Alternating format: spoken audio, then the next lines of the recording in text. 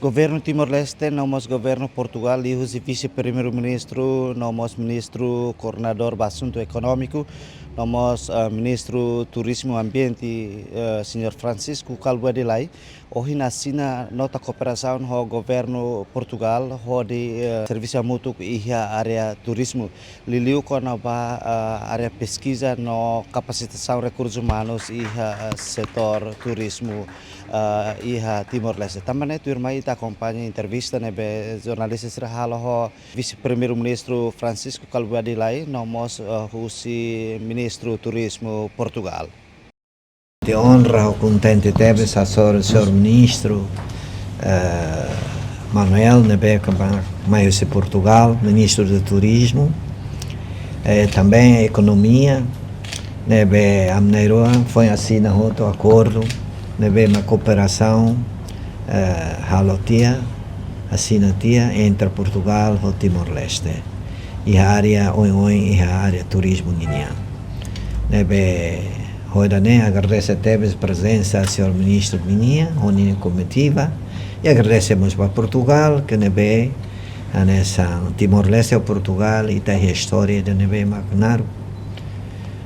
Ulu estou agora a muito ela. Eu tenho um grande gosto em estar aqui em Dili, no âmbito de uma reunião de ministros do turismo da CPLP.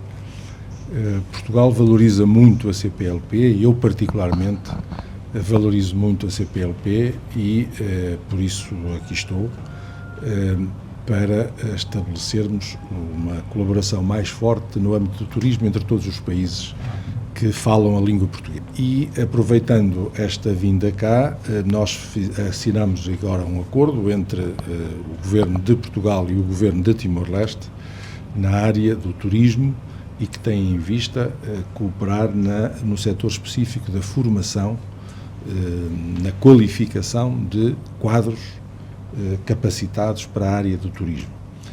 Timor-Leste e Portugal valorizam o turismo como elemento central para o crescimento das suas economias. É uma área com grande potencial, quer em Timor-Leste, quer em Portugal. Em Portugal já representa 12% do nosso produto. Temos uma receita turística que já anda pelos 30 mil milhões de euros, portanto, qualquer coisa como 35 mil milhões de dólares. E achamos que ainda há um potencial de crescimento nesta área do turismo, sobretudo valorizando os recursos locais. Não vale a pena massificar o turismo, é preciso valorizar o que cada um tem de diferente, o que cada um tem de especial para mostrar aos outros. Não cairmos na tentação de querermos ser iguais a todos os outros, queremos mostrar o que temos de particular. E aí, quer Timor-Leste, quer Portugal, têm muitas vantagens em preservar a natureza e preservar a sua especificidade cultural, as suas tradições, porque isso gera atração turística e gera turismo de qualidade.